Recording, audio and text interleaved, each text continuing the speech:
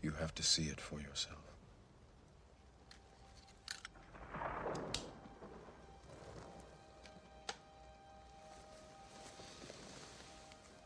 This is your last chance.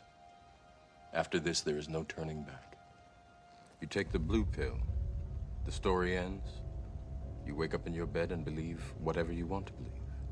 You take the red pill, you stay in Wonderland, and I show you how deep the rabbit hole goes.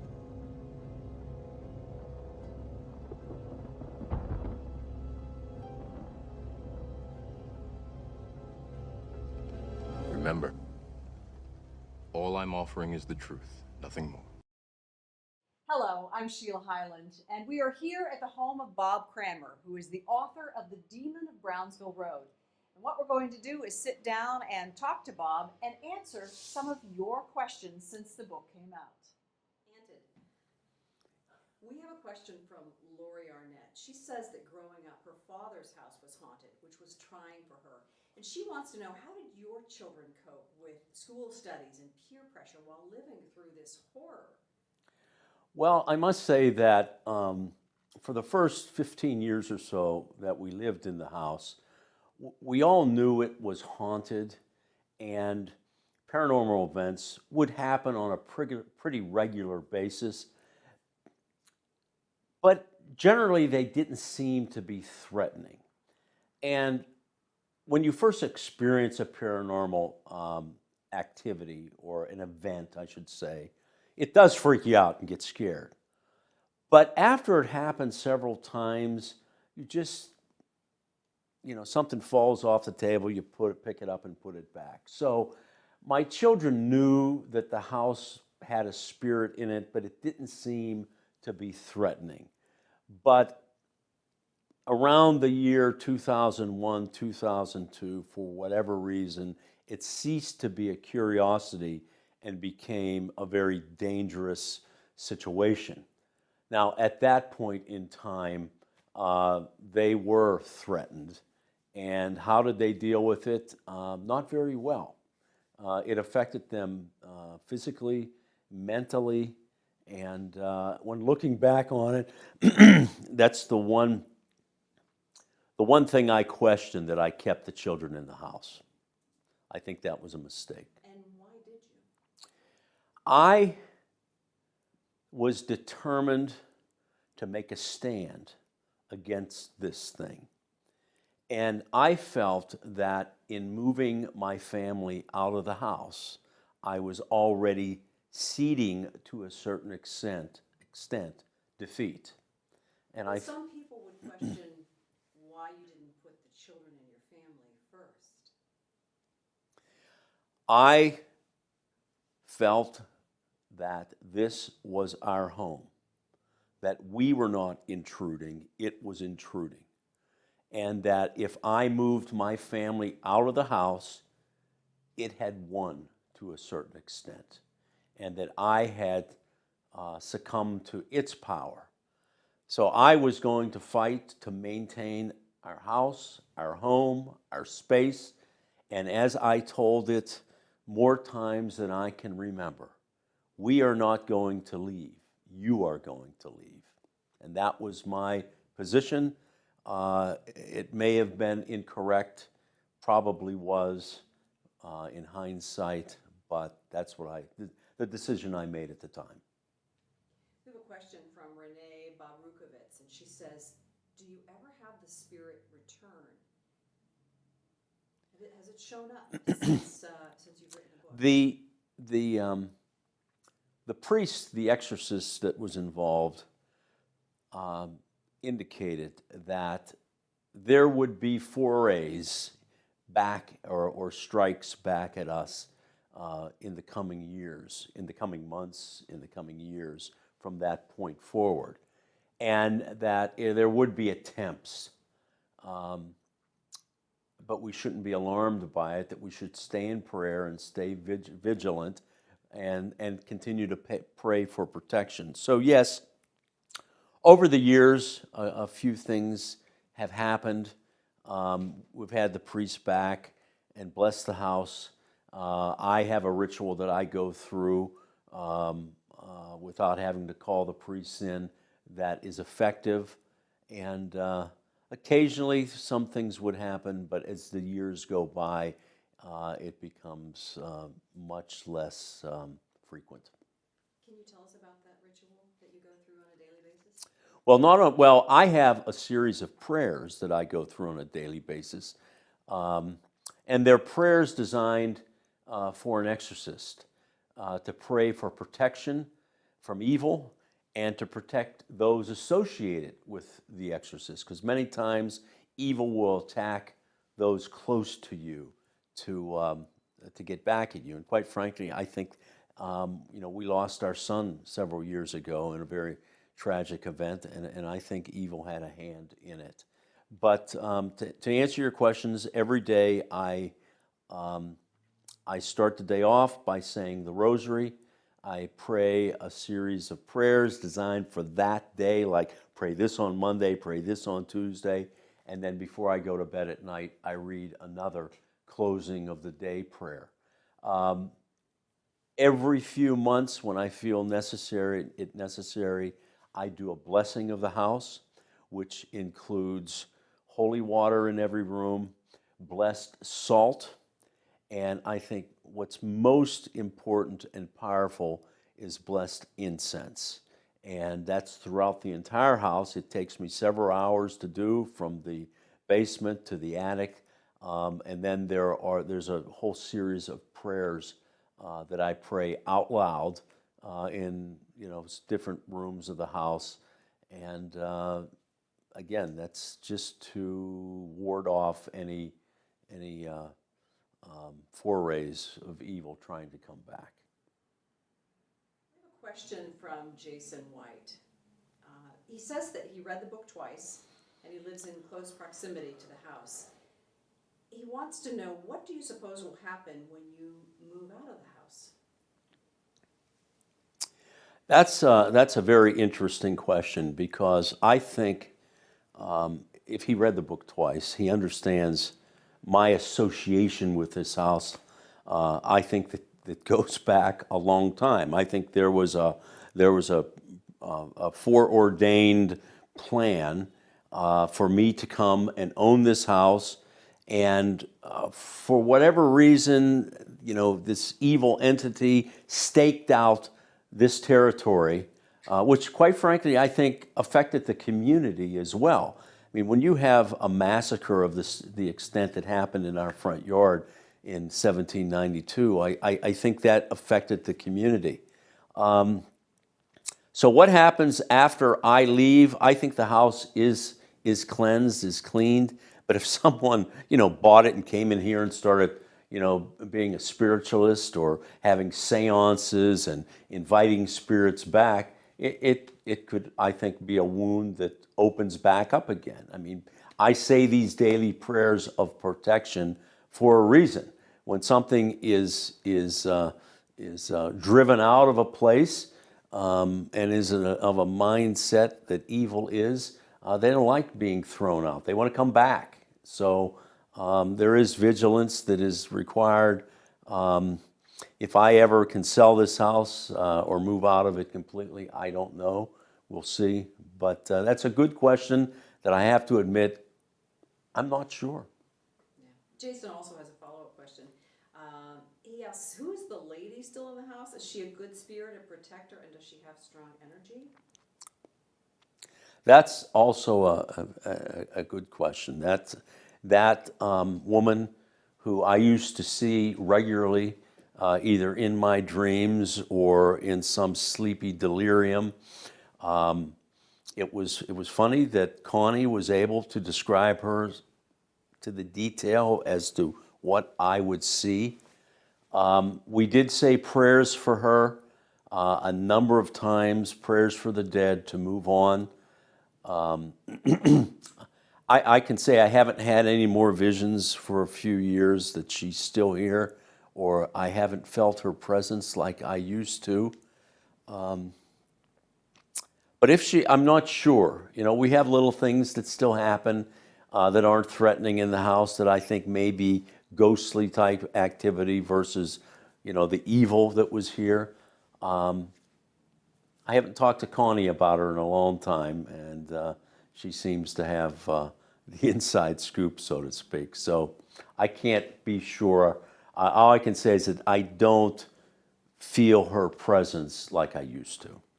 You mentioned that a lot of these things happen in a dreamlike state or at night. Do you sleep better now that the demon is out of the house? Oh, of course. And not that I'm not ever vigilant. Many times I still leave the door open to the bedroom just so I can kind of keep an eye on things. It's just my wife and I in the house now. Last week she was gone for 5 days. It was just me in the house, and I can say there's no feeling of anxiety or this is my house, and it's not a frightening place to be, as But some you people lived think. with that anxiety For years, yeah. days, months, and Well, years on end. as it was happening, yes, it was a frightening experience, especially when I knew the thing would be in the bedroom with me at night, and it wanted me to know it had been there. I mean, when you wake up in bed and you're completely reversed, and your feet are on your pillow and your head is at the bottom of the bed, and you know you didn't get up during the night and do that, that can be a little unsettling, so to speak. I would say, yes. A follow-up question from one that was asked earlier by Renee, Bob Rukovitz, and Kevin Mallett. How are your wife and son, since they were taunted by the demon? And I assume he's talking about Bobby Jr.